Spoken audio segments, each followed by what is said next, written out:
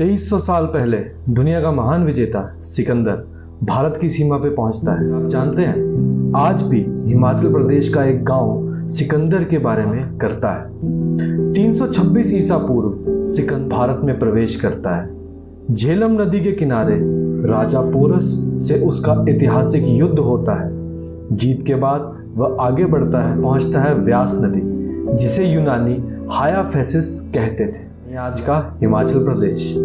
यही था सिकंदर के साम्राज्य का आखिरी छोर। थकी हुई सेना ने कहा बस अब और नहीं, और सिकंदर हिमालय की ओर देखते हुए ठहर गया। अब शुरू होती है वह कहानी जो इतिहास नहीं एक लोक गाथा है। कुल्लू जिले का गांव, जहां के लोग मानते हैं कि सिकंदर के यूनानी सैनिकों के वह वंशज हैं।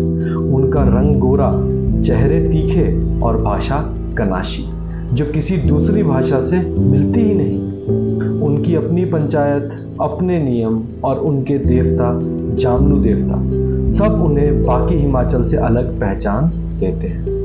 वैज्ञानिक प्रमाण भले ना मिले, लेकिन मलाना की ये मान्यता सदियों से जिंदा है कि सिकंदर की सेना के कुछ सैनिक यहीं रह गए थे और यहीं की मिट्टी में समा गए। कुछ इतिहासकार ऐसा भी मानते हैं शायद सिकंदर के कुछ सैनिक सचमुच इन घाटियों में भटक गए हों, और कुछ कहते हैं ये बस एक सुंदर लोक गाथा है। पर एक बात तो तय है, इतिहास सिर्फ युद्धों से नहीं बनता, वह बनता है उन कहानियों से जो लोग सदी दर सदी सुनाते रहते हैं। तो जब भी आप हिमाचल जाएं और कुल्लू की वादियों में हवा चले तो ध्यान से सुनिए, शायद कहीं वही फुसफुसाहट गूंजती हो सिकंदर के खोए हुए सैनिकों की, क्योंकि कभी कभी इतिहास की सबसे खूबसूरत कहानियां साबित नहीं, महसूस की जाती हैं। आई होप आपको ये इंफॉर्मेशन पसंद आई होगी। धन्यवाद।